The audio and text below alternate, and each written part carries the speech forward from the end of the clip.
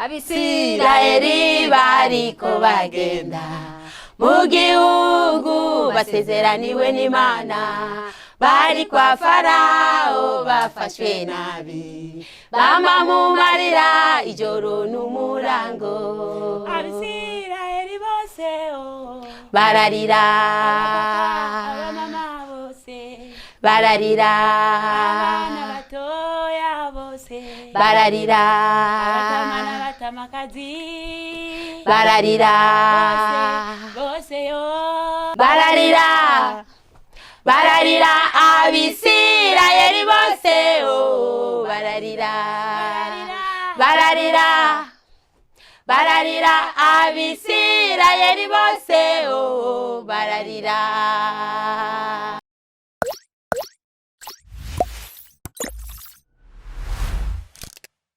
Mazina yanje nsanzwe nitwa Uwimana Annonciate, nijewe nsanzwe ndongoye Korale turi mu rugendo y'abamama paruwase Nyamabere. Jewe nitwa Niyibizi Victoria, nkaba nsengera muri paruwase ya Nyamabere, hanyuma nkaba ndirimba muri Korale turi mu rugendo.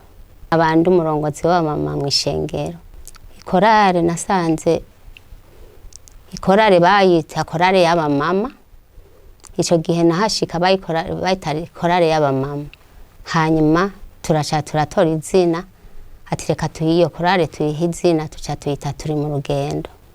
Korale intumbero yayo niyo gutuma kuvugira indirimbo zamamare zivugwe, abandi bose abantu bose baze baramenya bati hariho iyi Korale y'ahanaka muri paruwasi ya Nyamabere baririmba abamama. Sirito kuba mama kuko turaba mama nyene bo muri paruwasi. Niyo ntumbero dufise kugira ni indirimbo zacu abandi baze barazumviriza banazimenye, tuvuga ubutumwa mu yandi majambo. Korale turi mu rugendo, turiko turakora nyene turi mu rugendo rwo kuja mu ijuru. Ego turi mu rugendo ntidusubire inyuma. Ibyo tumaze gukora, twarakoze audio y'indirimbo 15, ariko muri iki gihe naho icyo turiko turakora twarakoze na video. Iki gihe rero icyo turiko turakora turiko dushaka video yacu igaragare, abantu bose baze barayiraba bayibone.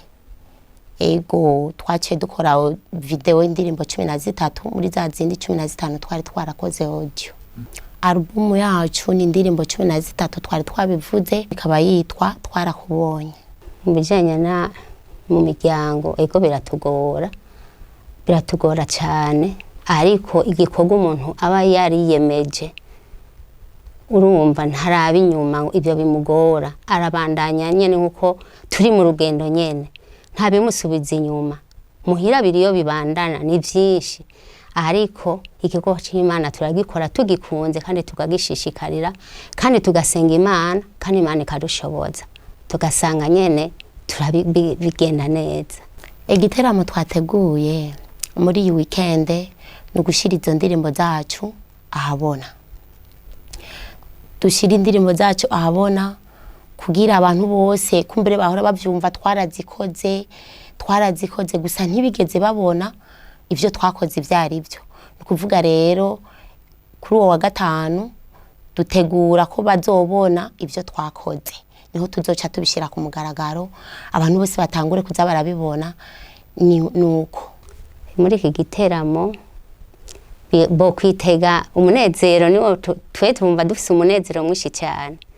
Ego turizera yuko nabandi nyene uwo munsi bazoba banezerewe, bazonezerwa kuko twaratumiye amakorale atari make.